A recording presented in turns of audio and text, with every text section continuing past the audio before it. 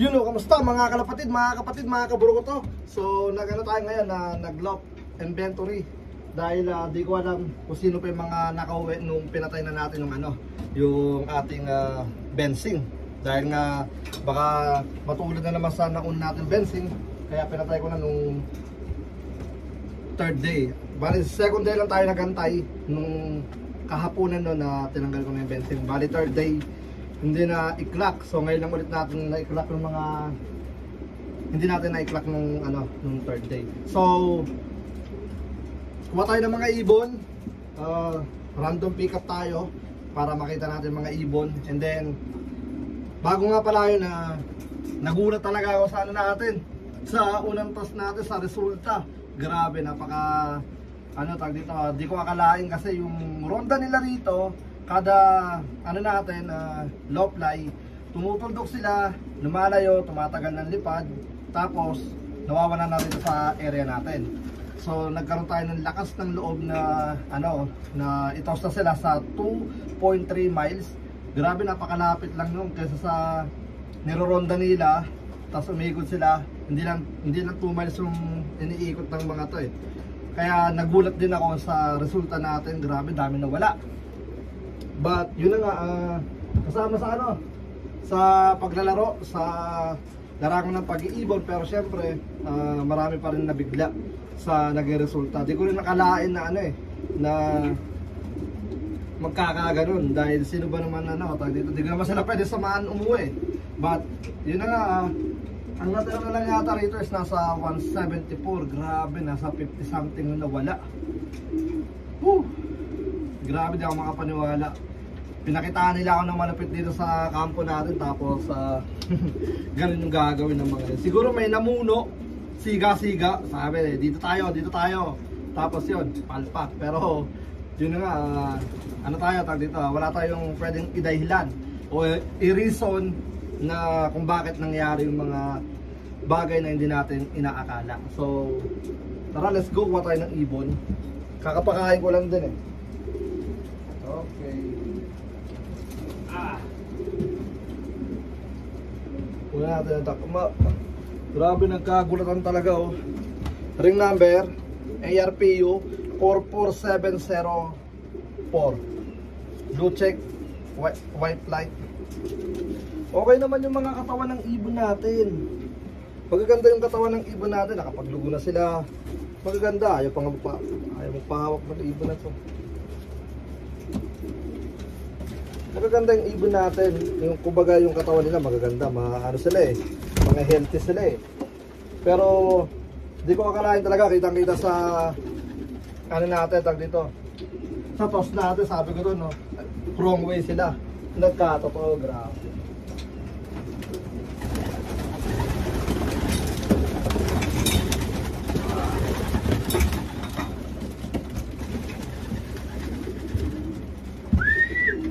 Grabe talagang dami talagang nung bandang hapon ng first first toss natin, nasa 100 pa yung kurang. Sabi ko, nako, ano nangyari?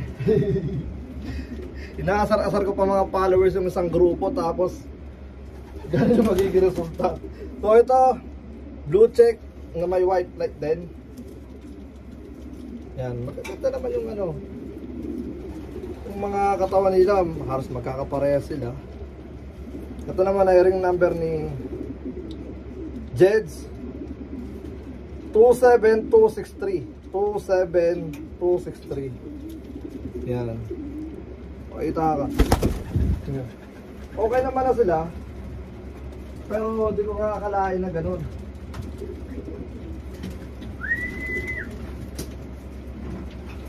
Dito tayo.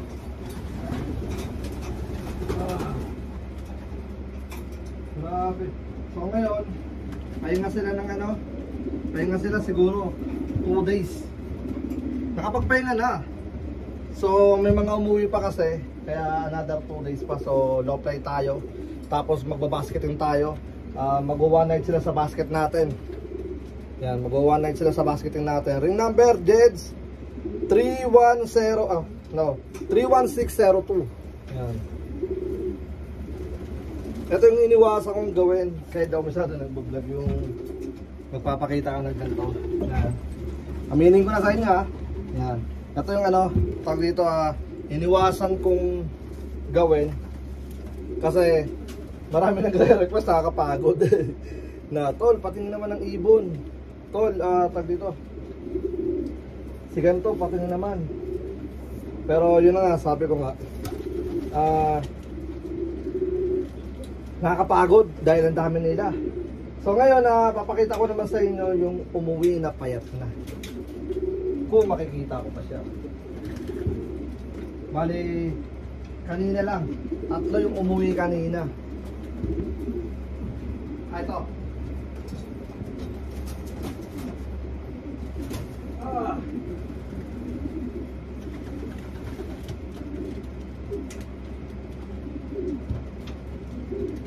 Ito. Ito pumayat, no? Naging ano, ito yung naging katawan niya. Yan. Kanino to? Payat. Ito yung payat na umuwi, late na eh. Yan, no? Ito yung late hatch na ibon. So ring number Jeds 5935. Pero matibay na ibon to. Kalahin nyo 3 days. Yan.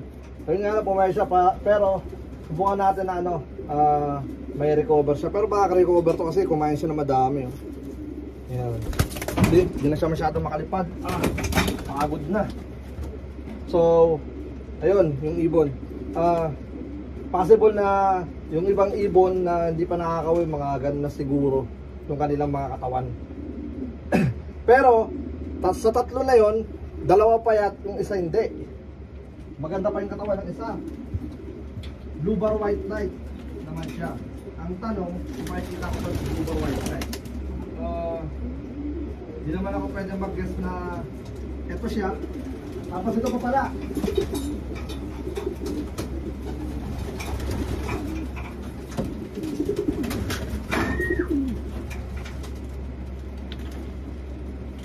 Ano pa?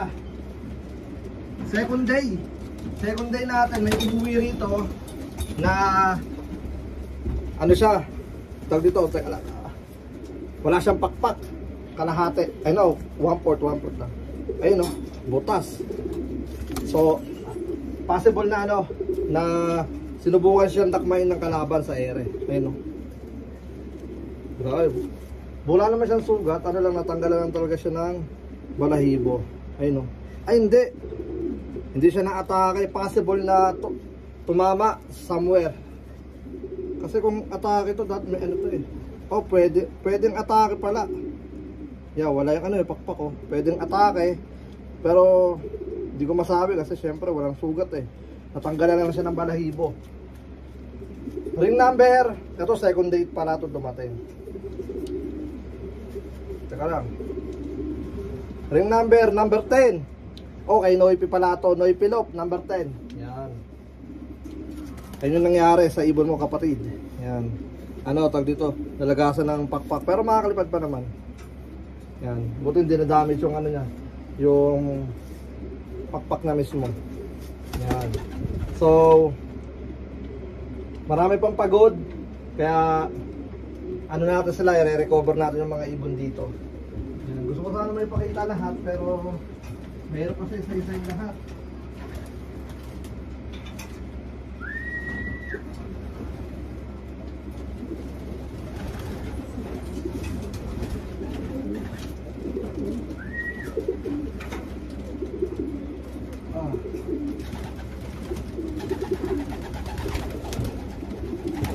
Grabe talaga no. Parang naging nakakapanghina yung nangyari talaga. Kung alam niyo lang mga kaburo ka to natin dito sa US. Ito naman, blue bar. Ring number 59. FMT. FMT. Yan. Gandang hen nito. Ito naman, okay naman to, walang tama. Yan. Makinis sa blue bar.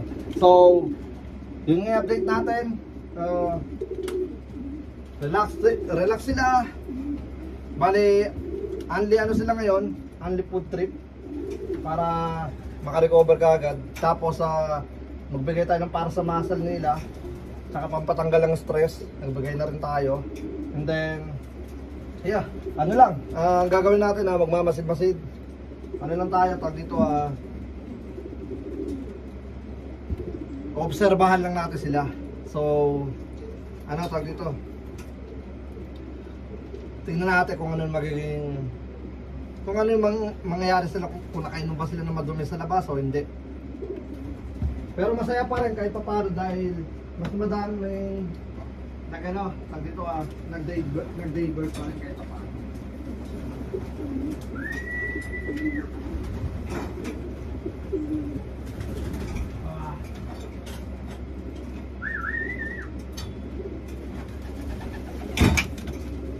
Apat pala nakauwi kanina, 3 na yung nakabutan sa loob, tapos ang isa kakababa lang. Yan. Ito naman, di ko alam kung ano to. I think daybird to kasi mataba eh. Mataba eh. Ito, ring number 708 OCC. 708 OCC. Yan o. Magandang ano na ito. Red. Yan. Magandang red. Maganda rin yung katawan. Yan.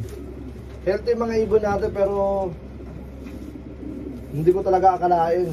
Marami nag-message, tumawag. Wala naman ako naisagot, kundi pare-pares lang na binigyan nila ako ng good sign. Mga ibon natin, naglo-low fly sila ng matagal, nawawala sa area natin. Tapos tawag dito, kita nyo naman, tumutuldok ang mga ibon natin. Yun nga lang talagang pinagtataka ko sa 2.3 miles natin na upload. First toss, nangyari ganun. Di ko alam, pero bilib ako sa mga umuwi ng yung paisa-isa, dalawa-dalawa dahil meron na silang dito, may mga utak na talaga. I think itong mga to, galing to sa mga malalang sa pansyan, tapos yung mga ibon nila, puro lahat gusto mag-leader. Kaya di nila alam kung sino ba talaga yung bibigyan nila ng ng tag dito, ng respeto. Kaya nag-aagawan sila. Kasi 100 mahigit yung yung kulang. So sabi ko baka yung 100 na yun magkakasama yun sa sa tag dito, sa grupo. Tapos nagkawatak-watak sila.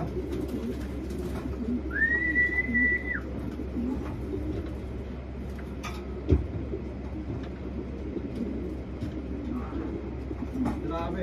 Pero kung nagana sinabi ko, kasama sa pag-iibon yun, mawalan. Dahil kung di tayo mawawalan, hindi natin sila dito. Hindi natin sila masasala ng gusto. Kung hindi sila makapal. Pero ang nangyari nga lang, magkama na kayo ng aming kasi namin dyan. Labas.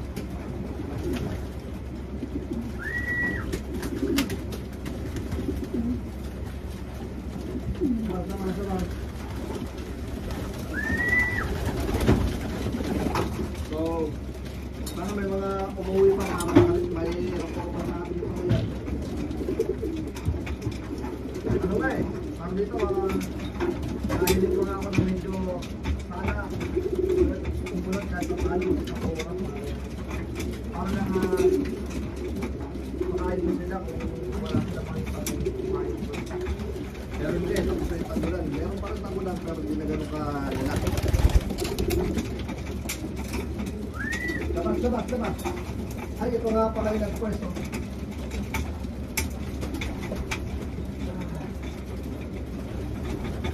First play.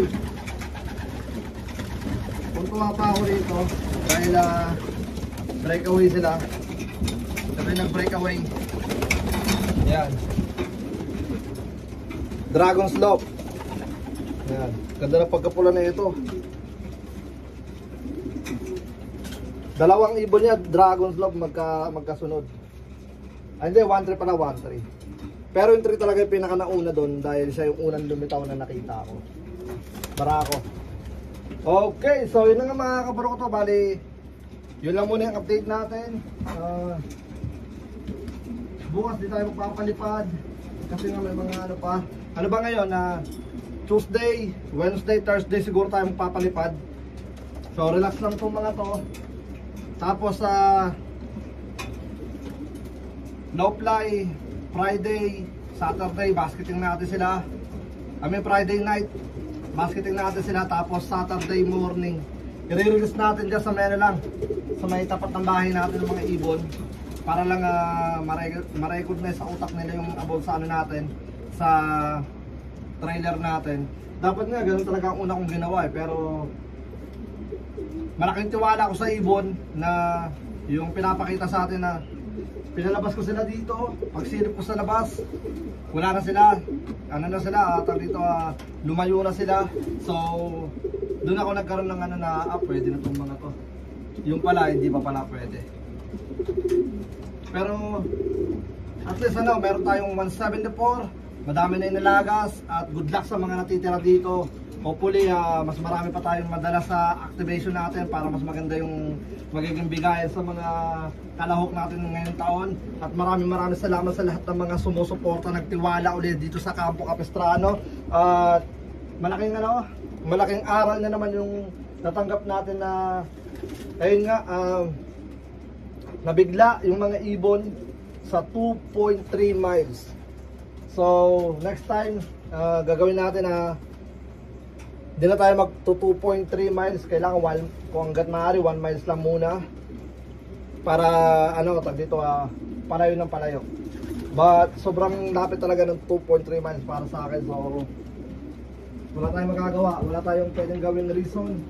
Nangyari ang mga dapat hindi mangyari.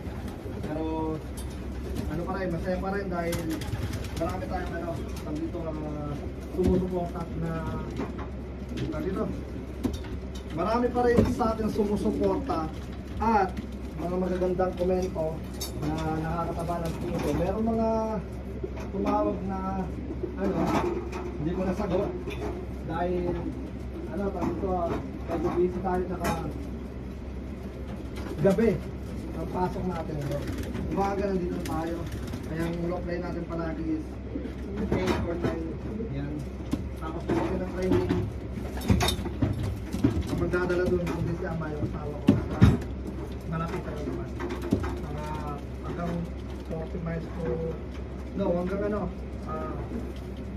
20 to 40 miles. Pagdating na mo papalayo, ako natitira uwi tayo ng maaga. So yun na nga, bali dito na muna natin. Isa pa. Ay wala, nakatakbo eh.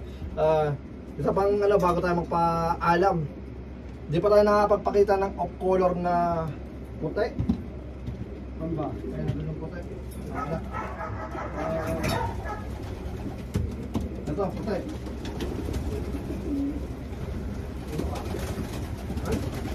Ayan na. Ay! Hindi kami ng puti. Okay. Ito, puti. Ring number. Okay, Kuya Miller Love 3001. Ito yung nag-drive pa ng mula Tampa papunta rito sa Campo Capistrano. Yan. Ito yung ibon. Mukha siyang kak na matapang. Yan. Maganda rin yung katawan niya. Yan. So, yeah. Dito na lang siguro muna yung video natin. Maraming salamat at sana may makauwi pa nga. Sana today, kasi pagka umabot pa ng kinabukasan, pahirap na ng pahirap yung sitwasyon ng mga ibon. So kawawa naman yung mga ibon na nasa malalayong lugar kasi sigurado ako na palayo itong mga to. But itong mga nakauwi, talagang kailangan lang ma-recover. 2 to 3 days okay na yung mga yan, makakalipad na ulit na maayos yan. Iba yung utak para sa akin. May sariling utak kapag gano'n. Alright, so yun na nga. Bali, maraming salamat sa lahat ng mga patuloy na sumusuporta. Hanggang sa muli, ako nga po pala uli si Brown G. At welcome sa akin channel. Peace out, let's go!